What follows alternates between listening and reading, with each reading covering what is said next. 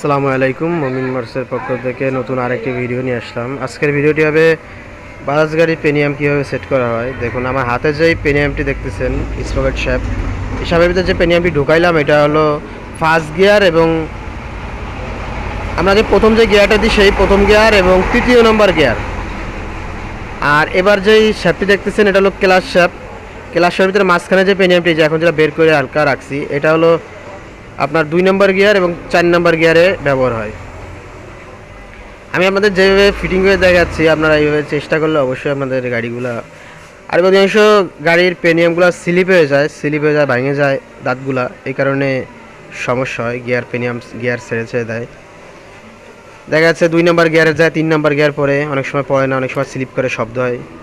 এগুলো হবে না যদি আপনারা এগুলো খেয়াল করে ফিটিং করেন। দেখুন গিয়ার পেনিয়ামগুলো কীভাবে সেট করতে হয়।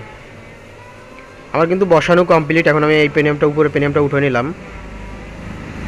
উপরে পেনিয়ামটা উঠাই আমি গিয়ারের ফিঙ্গারগুলো ঢুকাবো। দেখেন গিয়ার ফিঙ্গার এগুলো ঢুকাই দিচ্ছি। এগুলো কিন্তু গিয়ারটা আপ ডাউন করে।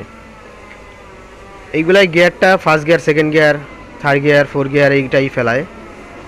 আর এটা হলো সিলেক্টর, গিয়ার সিলেক্টর, যেটা হলো গিয়ার মেন চেঞ্জ করে, গিয়ারের ফিঙ্গারগুলো চেঞ্জ করে গিয়ারগুলো আপ ডাউন করায়। এটা হলো গিয়ার সিলেক্টর। দেখুন কীভাবে পেনিয়ামগুলো বসাই। এখন আমি গিয়ার ফিঙ্গারের বুশগুলো লাগাবো, যেটা পিন আসলে এই শেপগুলো লাগাবো। দেখেন গিয়ার ফিঙ্গারের আর কি শেপ, বুশ, যাই কি বলা হয়, এগুলো আসলে ধরে গিয়ার সিলেক্টরের সাথে হালকা করে ওর ঘাটে মিল করে দিলেই হয়। আর আপনার যখন গিয়ার সিলেক্টর ঢুকাবেন তখন আপনার ওখানে একটা নিউট্রালের সুইচ আছে, এটাকে ফলো করে নিউট্রাল সুইচ সোজাসুজি করে ঢুকাইলে আপনারা এক চান্সে আপনাদের ঢুকানো কমপ্লিট হয়ে যাবে। দেখেন আমার কিন্তু কমপ্লিট হয়ে গেছে।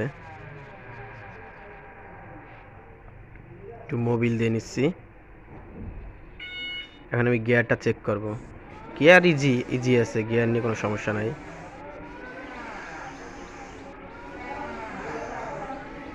গিয়ার ফ্রি আছে। এখন আমি ক্র্যাঙ্কশ্যাফটটা ঢুকাবো। এটা হলো ক্র্যাঙ্কশ্যাফট আমি ঢুকাই দিলাম।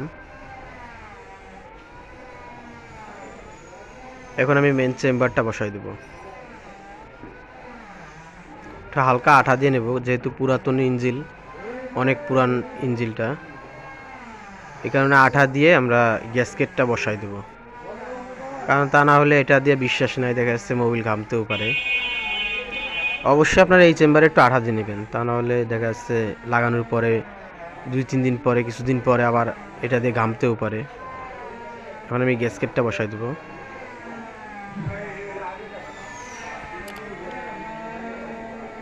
আমি গ্যাসকেটের উপরে কোনো আঠা দেবো না, ডাইরেক্ট গ্যাসকেটটাই বসাইতে দেবো।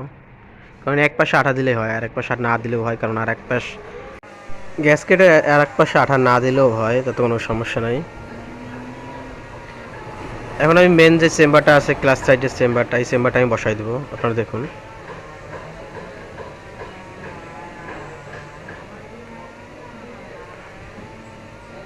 বেশি প্রেশার লাগে না আসলে বসানোর সময়, শুধু খেয়াল করে একটু বসাইলেই হয়। আর কিকটা পরে সেটিং করব। কিক আসলে আমি ভিডিওতে দিতে পারবো না, কারণ কিকটা এখন সেটিং করবো না, পরে। এখন আমি ইঞ্জিনটা ঘুরাই দেবো, ঘুরাই আমি নাটগুলো ফিটিং করে দেবো।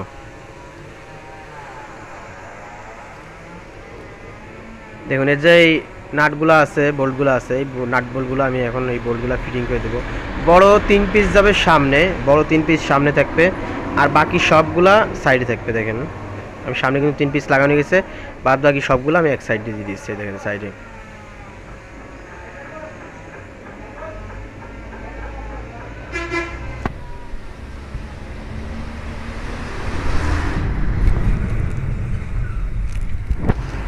এখন আমি নাটগুলো টাইট করে দেবো, একটু স্পিড বাড়াই দিচ্ছি, কারণ সময় বাঁচানোর জন্য আর কি স্পিড বাড়ানো।